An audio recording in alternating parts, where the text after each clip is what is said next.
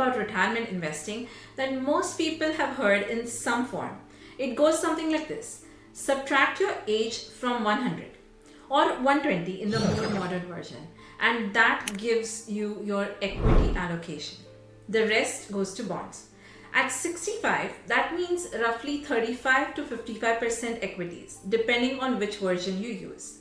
This formula has been repeated so often that it has acquired the feel of received wisdom. It sounds prudent, it sounds simple, it gives people something easy to act on. The problem is that it answers the wrong question. Age is a proxy for time horizon, but time horizon is only one of at least 5 variables that actually determine what a retirement portfolio allocation should look like. And for retirees with the 25 to 30-year income horizon, mechanically following an age-based formula can create a portfolio that is significantly underallocated to growth, one that may not keep pace with inflation over the decades it needs to fund. Today, I'm going to walk you through what actually drives the allocation decision in retirement, why equities remain important in a long retirement, and how allocation interacts with withdrawal strategy and tax structure to affect both portfolio longevity and after-tax income. The age-based formula, whether the original 100 minus your age version or the updated 120 minus your age version, is not wrong because it considers time horizon. Time horizon is genuinely important.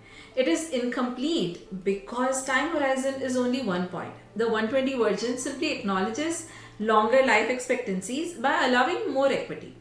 But it still reduces a 5 variable problem to 1 variable. 3 problems with using age as the primary allocation driver.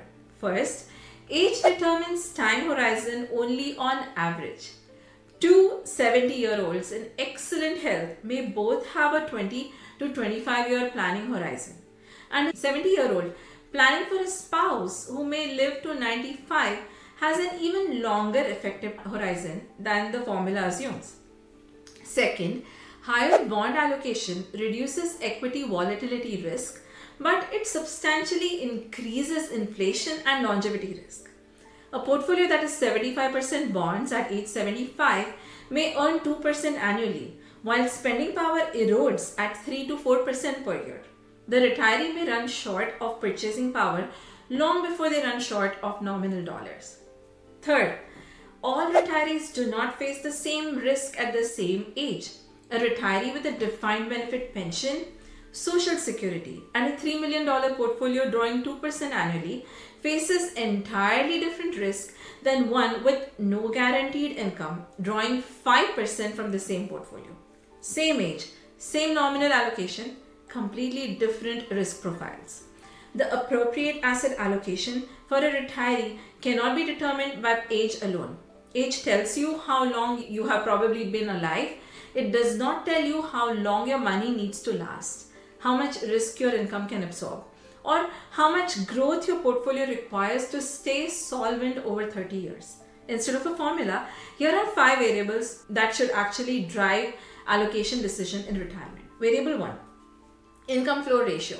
What percentage of essential spending is covered by guaranteed income, Social Security, pension, anything that arrives regardless of what markets do. A high floor means the portfolio funds discretionary spending. That retiree can tolerate more equity volatility because a bad year means a smaller lifestyle adjustment, not a survival crisis. Variable 2, withdrawal rate. Annual withdrawals divided by total portfolio value. A 2% withdrawal rate and a 5% rate from the same balance require different allocations. Higher rates amplify sequence of returns risk and reduce time for recovery. A higher rate points toward more stability in the near-term layers. Variable 3, planning horizon, not just current age, but the full span of both spouses' potential longevity. A couple at 65 with one spouse in excellent health may plan to age 95 or beyond. That is a 30-year horizon. A long horizon points toward more equity to maintain real purchasing power. Variable 4, risk capacity. This is distinct from risk tolerance, how volatility feels emotionally. Risk capacity is a financial fact. Can the plan absorb a 30% drawdown without impairing the income plan? Both matter, but capacity sets a ceiling. Variable 5, tax structure. The mix of taxable, tax deferred, and Roth accounts affects where assets should be held and the effective after tax return of different allocation levels. It is not just what you own, it is where you own it. Allocation is not just a single dial, it's the output of a system with at least 5 inputs. The formula gives you one of those inputs and pretends the other 4 don't exist.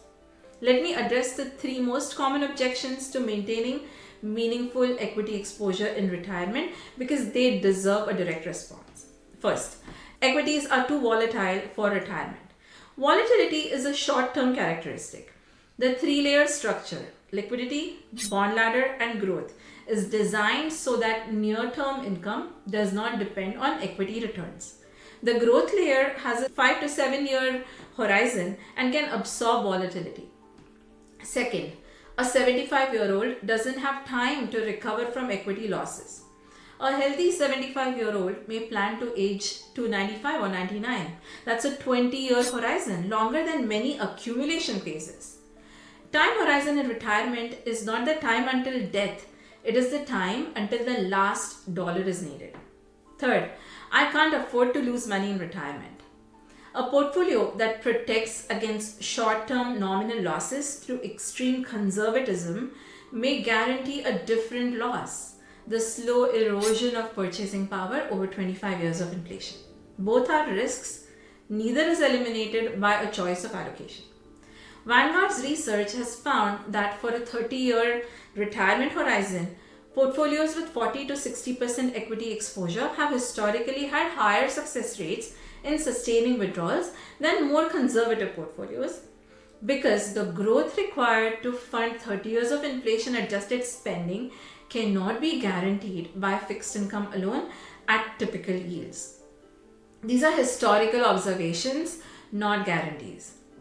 Morningstar's research on safe withdrawal rates confirms that a balanced portfolio, typically 40 to 60% equity, has produced higher sustainable withdrawal rates than either very conservative or very aggressive allocations. The risk in retirement is not only that the portfolio declines, it is also that the portfolio's real value erodes so slowly and quietly that the retiree never sees it coming until it's too late to adjust. Allocation does not operate in isolation. It interacts with the other 2 decisions, where each investment is held and which account you draw from first. The same 50% equity allocation can produce very different after-tax outcomes depending on those 2 other choices. Equities held in a Roth grow tax-free for life. The same equities in an IRA are taxed as ordinary income when withdrawn.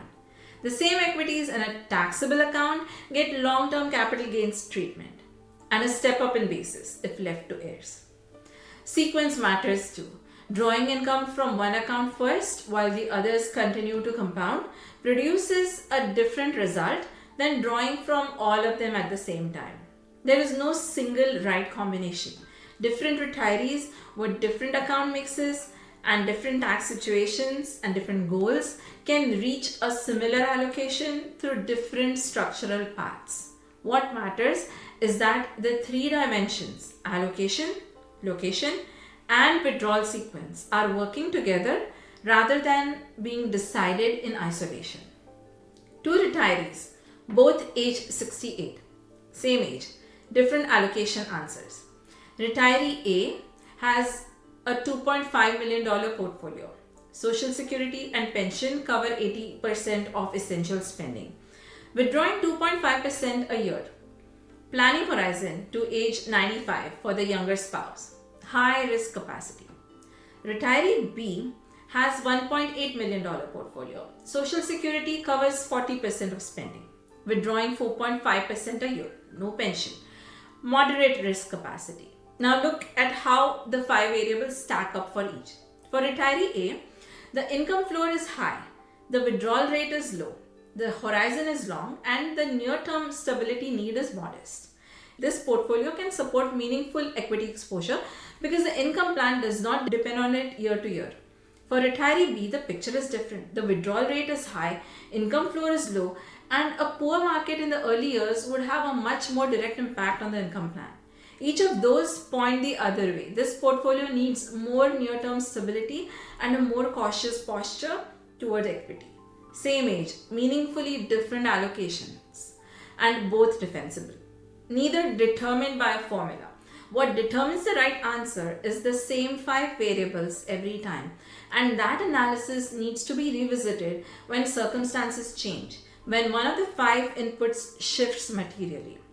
A retirement portfolio allocation that was right at 65 may not be right at 72. The 5 variables evolve. The conclusion should evolve with them. Here is the 5 variables self-assessment I want to leave you with. 1. What percentage of your essential monthly spending is covered by guaranteed income? Not portfolio income, guaranteed income. So social security, pension, anything that arrives regardless of what the markets do. 2. What is your current portfolio withdrawal rate?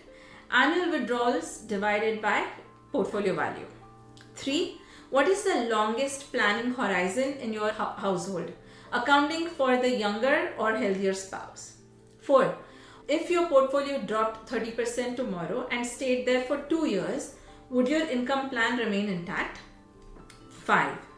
Do you know what percentage of your total portfolio is currently in equities across all accounts combined? Those 5 questions map directly to the 5 variables. And when you look at your answers together, they will tell you far more about the right allocation than your age ever will. Drop in the comments which of those 5 questions is hardest for you to answer right now.